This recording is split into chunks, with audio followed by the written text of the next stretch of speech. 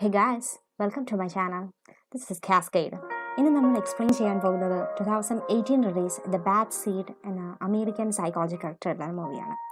Director Rob law and IMDb rating ഇതിൻ്റെ 6/10 ആണ്. And without further delay കഥ തുടങ്ങുന്നത് ഒരു ചെറിയ ഫാമിലിയിലാണ്. ഫാമിലിയിൽ 2 പേരാണ് ഉള്ളത്, അച്ഛനും മകളും. ഫാദർ ഡേവിഡ് ആൻഡ് മകൾ 9 വയസ്സുകാരി എമ. 8 വർഷങ്ങൾക്ക് മുമ്പ് ഡേവിഡിൻ്റെ ഭാര്യ മരിച്ചുപോയിരുന്നു. അതുകൊണ്ട് തന്നെ എമയുടെ അച്ഛനും അമ്മയും ഡേവിഡ് ആയിരുന്നു. ഭാര്യയുടെ മരണത്തിന് ശേഷവും ഒരു റീമാരേജിനെ പറ്റി ചിന്തിക്കാതെ മകൾക്ക് വേണ്ടി അദ്ദേഹം ജീവിച്ചു. അതുപോലെ തന്നെ എമയുടെയും വളരെ മെച്ചുവേർഡായ ഡീസൻ്റ് ലൈഫ് സ്റ്റൈലായിരുന്നു. സിറ്റുവേഷൻസിനനുസരിച്ചായിരിക്കാം അമ്മയുടെ കുറവുള്ളതിനാലും ആ 9 വയസ്സുകാരി പ്രായത്തിൽ കവിഞ്ഞ പക്വത കാട്ടിയിരുന്നു. അവൾ സ്റ്റഡീസിൽ വളരെ ബ്രില്യൻ്റ് ആയിരുന്നു. ആൻഡ് അവളുടെ ഡ്രോയർ നിറയെ അവൾ വാങ്ങിക്കൂട്ടിയ ട്രോഫീസും മെഡൽസും ആയിരുന്നു. വളരെ ഫോക്കസ്ഡായ എമ സമയോചിതമായി പെരുമാറുമായിരുന്നു. ചിലപ്പോഴൊക്കെ അവളുടെ ആൻറ്റി ഡേവിഡിൻ്റെ സിസ്റ്റർ ഏഞ്ചല വീട്ടിലേക്ക് വരുമായിരുന്നു. അങ്ങനെ ഒരു ദിവസം ഏഞ്ചല ഡേവിഡിനോട് കുട്ടികളെ നോക്കുന്ന ഒരു കെയർ ടേക്കറിനെ പറ്റി പറഞ്ഞു. അത് കേട്ട എമ അപ്പോൾ തന്നെ അവൾക്ക് ഒരു കെയർ ടേക്കറിൻ്റെ ആവശ്യമില്ല എന്ന് പറഞ്ഞു. But David most of the time ജോലി സ്ഥലത്തായിരിക്കും. ആ ടൈമിലെല്ലാം ഏഞ്ചലയ്ക്ക് എമയുടെ കൂട്ടിരിക്കുക എന്നത് പോസിബിൾ അല്ലല്ലോ. നേരത്തെ ഇവിടെ ജോലി ചെയ്തിരുന്ന കെയർ ടേക്കർ ഒലിവിയ വളരെ നല്ല ലേഡിയായിരുന്നു. ഡേവിഡിന് അവരെ വിശ്വാസവുമായിരുന്നു. ബട്ട് ഒരു ആക്സിഡൻറ്റിൽ ഈ വീട്ടിൽ വെച്ച് തന്നെ അവർ മരണപ്പെട്ടു. അവർക്ക് ശേഷം വളരെ കഷ്ടപ്പെട്ട് ടൈം അഡ്ജസ്റ്റ് ചെയ്താണ് ഡേവിഡും ഏഞ്ചലയും എമയും നോക്കുന്നത്. ബട്ട് എപ്പോഴും അങ്ങനെ നടക്കില്ലല്ലോ. സോ നെക്സ്റ്റ് ഡേ ഒരു യങ് ഗേൾ ക്ലോയി ഏഞ്ചലയുടെ നിർദ്ദേശപ്രകാരം ഡേവിഡിനെ കാണാനെത്തി. ഡേവിഡ് അവരുടെ പാസ്പോർട്ടും ക്രെഡൻഷ്യൽസും ഒക്കെ ചെക്ക് ചെയ്ത ശേഷം അടുത്ത ദിവസം തന്നെ ജോലിക്കെത്തുവാൻ നിർദ്ദേശിച്ചു. ആ സീനിൽ ഡേവിഡിൻ്റെ വർക്ക്ഷേഡിൽ ഒരു വലിയ തേനീച്ചക്കൂട് കാണപ്പെടുന്നു. നെക്സ്റ്റ് സീനിൽ എമ സ്കൂളിലേക്ക് പോകാൻ റെഡിയാകുകയാണ്. അപ്പോൾ അവളുടെ വിൻഡോ വഴി മുറ്റത്ത് വെള്ളത്തിൽ മുങ്ങി താഴുന്ന ഒരു പൂച്ചയെ കണ്ടു. വേണമെങ്കിൽ അവൾക്ക് അതിനെ രക്ഷിക്കാമായിരുന്നു. ബട്ട് അവൾ അങ്ങനെയൊന്നും ചെയ്തില്ല. വെറുതെ കാഷ്വലായി കണ്ടുപോയി. ആക്ച്വലി അവളുടെ സ്കൂളിലെ മെറിറ്റ് ഡേ വരാൻ പോവുകയാണ്. അന്നാണ് ആ വർഷത്തെ സിറ്റിസൺഷിപ്പ് അവാർഡ് ആ സ്കൂളിലെ ബെസ്റ്റ് സ്റ്റുഡൻറ്റിന് നൽകുന്നത്. ആൻഡ് എമയ്ക്ക് ഉറപ്പുണ്ട് അത് അവൾക്കായിരിക്കുമെന്ന്. ബിക്കോസ് ഈ അവാർഡ് വിന്നറിനെ സ്കൂൾ സെലക്ട് ചെയ്യുന്നത് ഗ്രേസ്, ഓണസ്റ്റി, കമ്പാഷൻ, കറേജ് ഇങ്ങനെ കുറച്ച് പോസിറ്റീവ് ക്യാരക്ടേഴ്സിൻ്റെ ബേസിലാണ്. അതെല്ലാം അവൾക്കുണ്ടെന്ന് അവൾ വിശ്വസിക്കുന്നു. എനിവേസ് ഒരു ദിവസം ക്ലാസ്സിൽ ഒരു തേനീച്ച പറന്നു കയറി. അതിനെ കണ്ട് മറ്റു കുട്ടികളും ഈവൻ അവളുടെ ക്ലാസ് ടീച്ചർ എലീസും ഒന്ന് പേടിച്ചു. ബട്ട് എമ ധൈര്യത്തോടെ ഒരു ഗ്ലാസ് ടംബ്ലർ എടുത്ത് അതിനുള്ളിൽ തേനീച്ചയെ ഈസിയായി പിടിച്ചിട്ട് വെളിയിൽ കൊണ്ടുവന്ന് വിട്ടു. അത് കണ്ട് മറ്റു കുട്ടികളെല്ലാം അത്ഭുതപ്പെട്ടു. ഇവൻ അവളുടെ ക്ലാസ് ടീച്ചർ അതിനവളെ അപ്രീഷിയേറ്റ് ചെയ്ത് താങ്ക്സ് പറഞ്ഞു. അതിനുശേഷം മറ്റൊരു ഇൻസിഡൻറ്റ് കൂടി ഉണ്ടായി. എമയ്ക്കും കുട്ടികളും ഒക്കെ എല്ലാവരും കൂടി പ്ലേ ഗ്രൗണ്ടിൽ കളിക്കുകയായിരുന്നു. പെട്ടെന്ന് ഒരു കുട്ടി താഴെ വീണു. എമ അവളെ പിടിച്ച് എഴുന്നേൽപ്പിച്ചു. ഈ 2 ഇൻസിഡൻസും കാരണം അവൾക്ക് തന്നെ തോന്നുന്നുണ്ട് ഈ വർഷത്തെ സിറ്റിസൺഷിപ്പ് അവാർഡ് അവൾക്ക് തന്നെ കിട്ടുമെന്ന്. അങ്ങനെ അവസാനം ആ ദിവസം എത്തിച്ചേർന്നു. ഡേവിഡ് എമയെ ഒരുക്കി സ്കൂളിലെത്തി.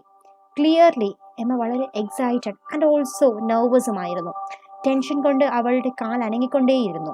And it's a nervous disorder too. But David അവളെ പറഞ്ഞു മനസ്സിലാക്കാൻ ശ്രമിച്ചുകൊണ്ടേയിരുന്നു. ഇതൊരു വലിയ കോമ്പറ്റീഷൻ ഒന്നുമല്ല, ഇത് നിനക്ക് കിട്ടിയാലും ഇല്ലെങ്കിലും ദാറ്റ്സ് ഓക്കെ. ബട്ട് എമ വളരെ സീരിയസ് ആയിരുന്നു.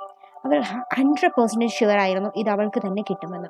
ബട്ട് അവരുടെ ക്ലാസ് ടീച്ചർ മിസ്സസ് എലീസിൻ്റെ തീരുമാനം മറ്റൊന്നായിരുന്നു. അവർ പേര് അനൗൺസ് ചെയ്തു. ബട്ട് എമയുടേതായിരുന്നില്ല. ചിലപ്പോൾ എമയിൽ എന്തെങ്കിലും കുറവ് എലീസിൻ്റെ ശ്രദ്ധയിൽപ്പെട്ടിട്ടുണ്ടായിരിക്കാം.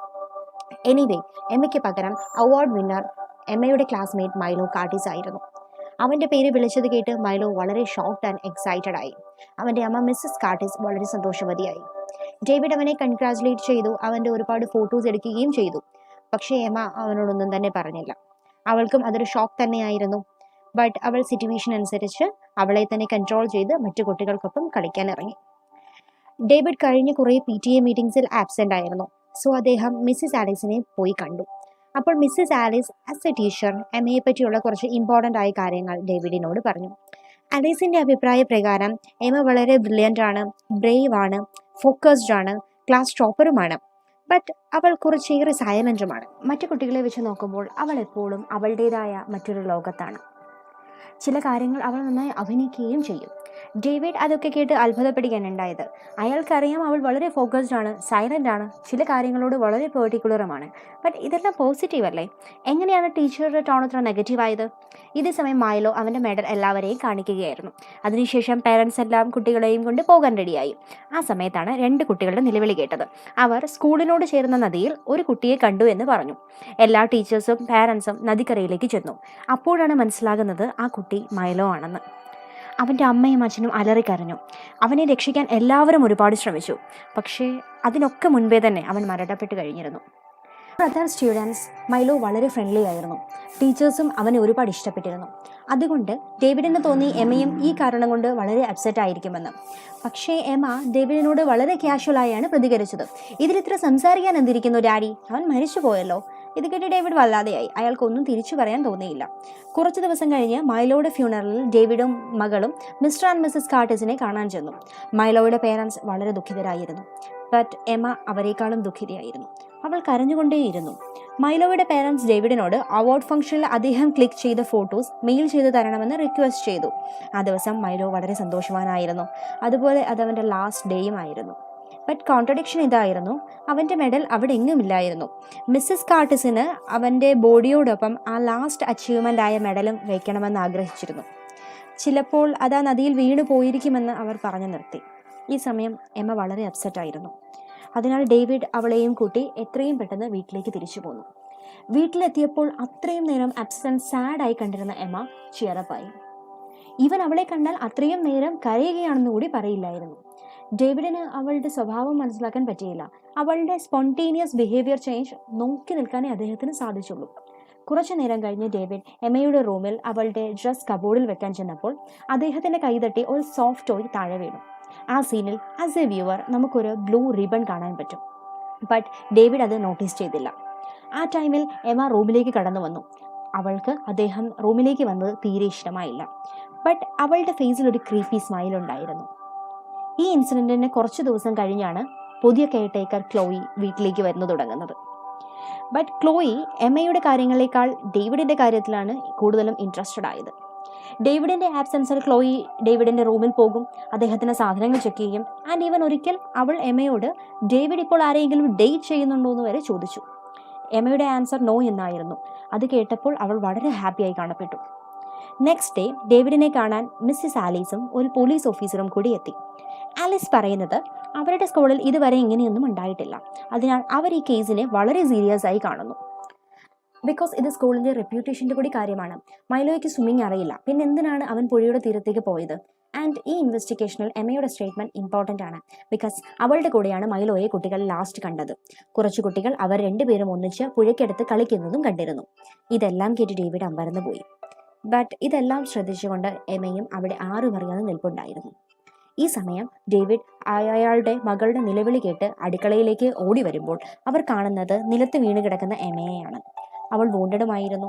സോ ഡേവിഡ് തൻ്റെ മോളെയും എടുത്ത് റൂമിലേക്ക് ചെന്ന് ട്രീറ്റ്മെൻറ്റ് കൊടുത്തു.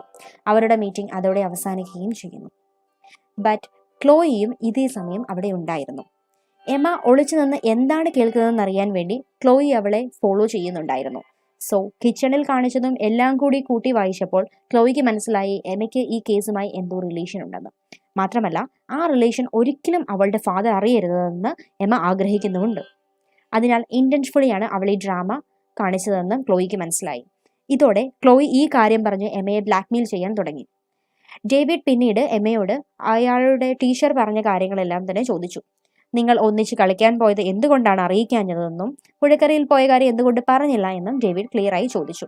ബട്ട് എമ്മ എല്ലാത്തിനെയും ഡിനേ ചെയ്തു. അവൾ അവസാനമായി മൈലോയെ ബോൺഫയറിന് അടുത്ത് വെച്ചാണ് കണ്ടതെന്നും പിന്നീട് അവൻ എവിടെ പോയെന്നോ അവൻ പുഴക്കരയിൽ പോയത് എന്തിനാണെന്നോ അവൾക്ക് അറിയില്ല എന്നും അവൾ ശക്തമായി പ്രതികരിച്ചു. ആൻഡ് മിസ്സിസ് ആലീസ് എന്തുകൊണ്ടാണ് ഇങ്ങനെ പറയുന്നതെന്നാൽ അവർക്ക് അവളെ ഇഷ്ടമല്ല. ഇത് കേട്ട് കുറച്ച് സമയത്തേക്ക് ഡേവിഡ് റിലാക്സ്ഡ് ആയി. എങ്കിലും പിന്നീട് ഡേവിഡ് ക്ലിക്ക് ചെയ്ത ഫോട്ടോസിൽ എമയ മൈലോയുടെ നെക്കിലുള്ള മെഡലിലേക്കാണ് നോക്കുന്നതെന്ന് ഡേവിഡിന് വ്യക്തമായി. വളരെ ക്രീപ്പിയായ നോട്ടമായിരുന്നു അത്.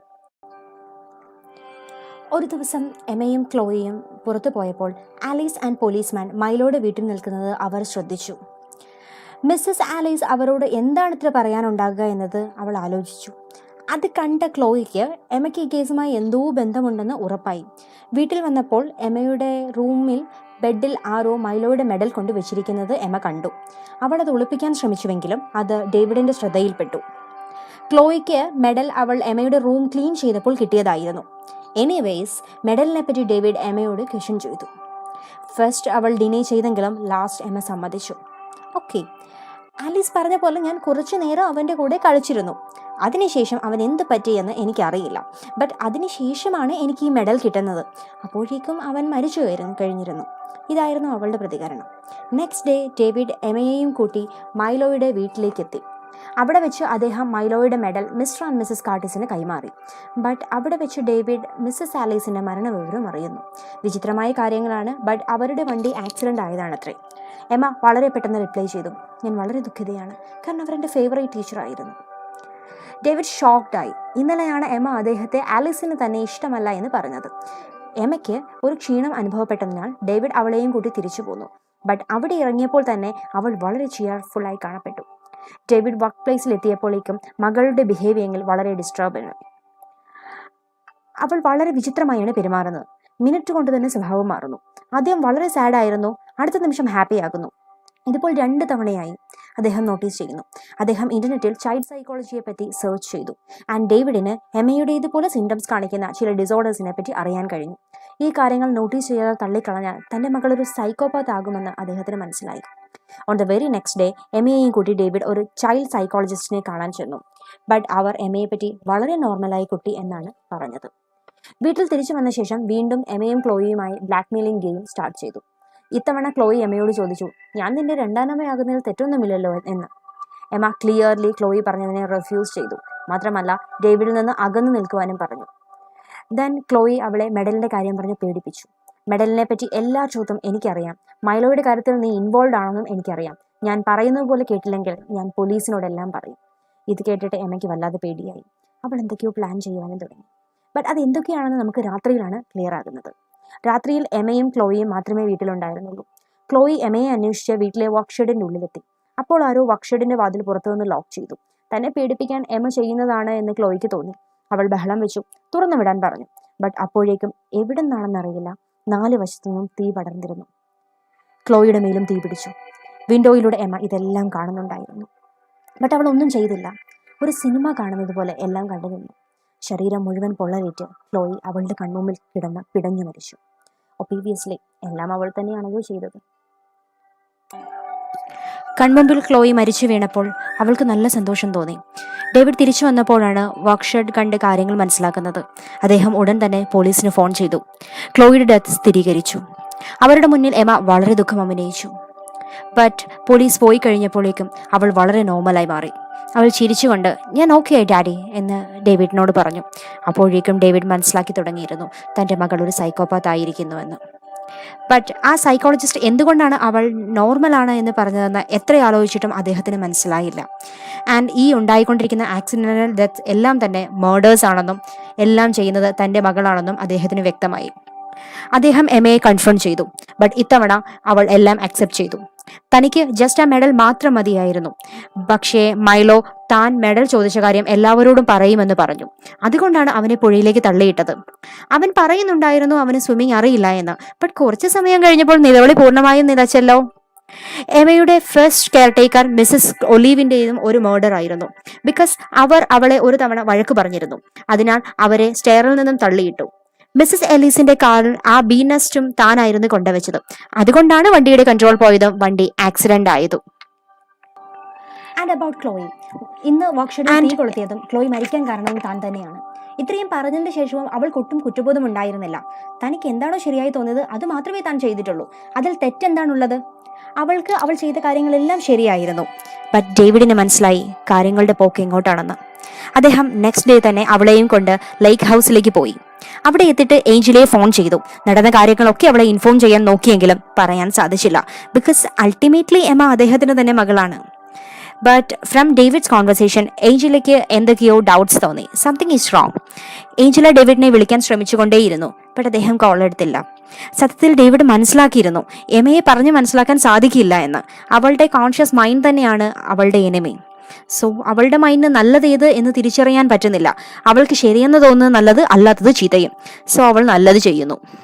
ബട്ട് ഡേവിഡിന് അങ്ങനെ വിടാൻ പറ്റില്ലല്ലോ അവളെ. എമ അദ്ദേഹത്തിന്റെ മകളല്ലേ, പോലീസിനും കൈമാറാൻ പറ്റില്ല. ഡേവിഡ് അവളെ പതുക്കെ പതുക്കെ പറഞ്ഞു മനസ്സിലാക്കാൻ ശ്രമിച്ചു. ബട്ട് അവൾ ക്ലീനായി പറഞ്ഞു, താൻ ആരെയും വിതൗട്ട് എനി റീസൺ ഹേർട്ട് ചെയ്തിട്ടില്ല, ഇനി ചെയ്യുകയുമില്ല. ഡേവിഡിന്റെ മകളെ വിശ്വാസം ഉണ്ടായിരുന്നില്ല. സത്യത്തിൽ ആ പാവം മനുഷ്യനെ ഇനി എന്ത് ചെയ്യണമെന്ന് പോലും അറിയില്ലായിരുന്നു. അന്ന് രാത്രി ഡേവിഡ് ഉറങ്ങിയ സമയത്ത് എമ എല്ലാ ഗ്യാസ് ലൈൻസും ഓൺ ചെയ്ത് വെച്ചിട്ട് പുറത്തുപോയി തന്നെ ഇരുന്നു. ബട്ട് ഫോർച്ചുനേറ്റ്ലി ഡേവിഡ് പെട്ടെന്ന് ഉണരുകയും എല്ലാ ഗ്യാസ് ലൈൻസും ഓഫ് ചെയ്യുകയും ചെയ്തു. അദ്ദേഹത്തിന് വിശ്വസിക്കാൻ പറ്റിയില്ല സ്വന്തം മകളാണ് തന്നെ കൊല്ലാൻ നോക്കിയതെന്ന്. ബിക്കോസ് ഇപ്പോൾ അവളുടെ സീക്രട്സ് അറിയാവുന്ന ഒരേ ഒരാൾ ഡേവിഡ് മാത്രമാണ്. അന്ന് രാത്രി തന്നെ ഡേവിഡ് അവളെ സെഡക്റ്റീവ്സ് കലർത്തിയ ഹോട്ട് ചോക്ലേറ്റ് കുടിക്കാൻ കൊടുത്തു. But Emma, she is very planned. അവൾ കപ്പിൾ തമ്മിൽ എക്സ്ചേഞ്ച് ചെയ്തു വെച്ചു. അങ്ങനെ സെഡക്റ്റീവ് കലർന്ന ചോക്ലേറ്റ്സ് ഡേവിഡ് കുടിച്ചു. അറ്റ് ദാറ്റ് നൈറ്റ് എമ ഡേവിഡിന്റെ ഗൺ അദ്ദേഹത്തിന്റെ കയ്യിൽ വെച്ചുകൊടുത്ത് അദ്ദേഹത്തെ ഷൂട്ട് ചെയ്യാൻ നോക്കി, to make it as a suicide. But അത് മിസ്സായതോടെ ഡേവിഡ് ഉണർന്നു. ഞെട്ടി എഴുന്നേറ്റ ഡേവിഡ് സെയിം ഗൺ യൂസ് ചെയ്ത് മകളെ ഷൂട്ട് ചെയ്യാൻ നോക്കുന്നു. ബിക്കോസ് അതല്ലാതെ അദ്ദേഹത്തിനൊരു വഴി ഉണ്ടായിരുന്നില്ല. എമയെ ഷൂട്ട് ചെയ്യാൻ സ്വയം സൂയിസൈഡ് ചെയ്യാനുമായിരുന്നു അദ്ദേഹത്തിന്റെ ഡിസിഷൻ. അപ്പോഴേക്കും എമയുടെ നിലവിളി കേട്ട് ലേക്ക് ഹൗസിന്റെ കെയർടേക്കർ അവിടെ എത്തിയിരുന്നു. ഡേവിഡ് മകളെ കൊല്ലാൻ നോക്കുന്നതായാണ് അയാൾക്ക് തോന്നിയത്. സോ അയാൾ ഡേവിഡിനെ ഷൂട്ട് ചെയ്തു. എമ പോലീസിനെ ഓൾറെഡി കോൾ ചെയ്തിരുന്നു. സോ ആഫ്റ്റർ സം ടൈം പോലീസും ഏഞ്ചലയും സ്ഥലത്തെത്തി.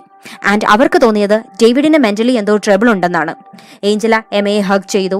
ബട്ട് അപ്പോഴേക്കും എമയുടെ ഫേസിൽ ആ സെയിം ക്രീപ്പി സ്മൈൽ ഉണ്ടായിരുന്നു. ആക്ച്വലി എമ ഒരു സൈക്കോപാത്ത് ആയിരുന്നു. അവൾക്ക് ഇഷ്ടപ്പെടാത്തത് എല്ലാം അവൾ അവളുടെ വഴിയിൽ നിന്നും പറിച്ചു മാറ്റിയിരുന്നു. കമ്പാഷൻ എന്നൊരു ക്വാളിറ്റി അവളിൽ ഇല്ലായിരുന്നു. ഇഫ് അവൾ കമ്പാഷനേറ്റ് ആയിരുന്നുവെങ്കിൽ ആ പൂച്ചയെ അവൾ രക്ഷിച്ചേനെ. പ്ലേ ഗ്രൗണ്ടിൽ വീണ കുട്ടിയെ അവൾ രക്ഷിക്കുന്നതായി അഭിനയിച്ചു. ബിക്കോസ് അവിടെ മിസ്സസ് ആലിസ് ഉണ്ടായിരുന്നു. മാത്രമല്ല ആ പെൺകുട്ടിയുടെ കയ്യിലുണ്ടായിരുന്ന പെറ്റി റിസ്റ്റ് വാച്ച് ഈ സമയം കൊണ്ട് അവൾ സ്വന്തമാക്കിയിരുന്നു. ചിലപ്പോൾ മിസ്സസ് ആലിസ് അത് കണ്ടിട്ടുണ്ടാകാം. പിന്നെ അവളുടെ സ്കൂളിൽ ആർക്കും തന്നെ അവളെ ഇഷ്ടമല്ലായിരുന്നു ഡ്യൂ ടു ഹെർ ക്യാരക്ടർ.